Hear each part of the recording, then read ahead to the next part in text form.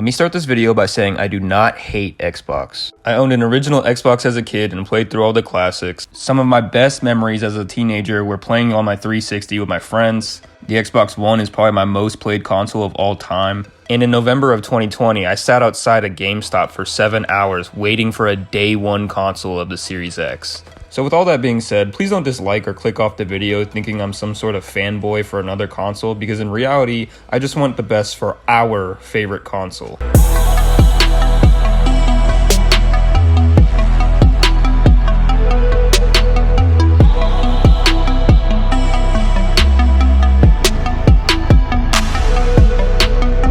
So Xbox players have kind of had it rough for a long time, to say it lightly. With no new next-gen exclusives and no new UI or major quality of life improvements, it's easy to feel regretful about purchasing the Series X and Series S consoles. Many studios have been bought under Microsoft's label, but we have not seen many new games, if any at all, come out of the business decisions. The studios they've chosen to purchase all feel washed up in some regard and don't have the greatest reputations in the industry. Although they have this massive list of developing studios at work, their main IPs are either failing entirely or unheard of in the development cycle. Franchises such as Fable, Gears of War, and State of Decay has almost seen none or very little news in regard to the development, at most saying they've begun production, which can mean anything these days. Not to mention the development hell that many studios have been through over the COVID-19 pandemic, there's little to suggest we will see a new installment for any of these franchises anytime soon. Yet the games they have announced, such as Indiana Jones, Starfield, Stalker 2, have had their release dates pushed back, leaving Xbox players nothing but Game Pass installments to look forward to. This is the real issue. Xbox is banking on you and me paying for Game Pass for a long time, and so they don't care about the upfront sales of these games nearly as much as their ability to keep you on their subscription service. Let's say you were really excited for Stalker 2 to come to Game Pass. Me. The game then got delayed to December of 2022, so okay, you keep your Game Pass subscription a few more months and play Tetris Effect in between, and BAM!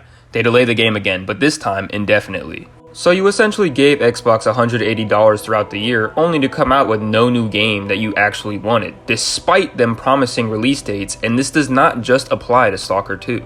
If they can convince you to stay subscribed long enough to wait for that new game release, they've already made more than double the amount they would have had if you just bought the game on release. This is why I'm having a hard time praising the newest shadow release by Xbox, Hi-Fi Rush. I haven't completed Hi-Fi Rush, but the time I've spent with the game has been great, and I truly believe it is worthy of all its praise. However, this is not Xbox's comeback game, nor do they deserve to be put on the same level as Nintendo or PlayStation for somehow giving the fans what they asked for. No one knew this game was coming out, so of course it's an easy A+ on the review scaling, but that doesn't excuse the amount of neglect for Game Pass owners and just regular Xbox owners in general. Game Pass is full of just useless, time-wasting nonsense games that provide 5 minutes of entertainment at most. Some of the best additions to Game Pass are over a decade old, and we're supposed to be thankful? Like, yes, great job on Hi-Fi Rush, but where the hell is everything else? I don't want GoldenEye. I don't want the PSP Persona. I want Starfield.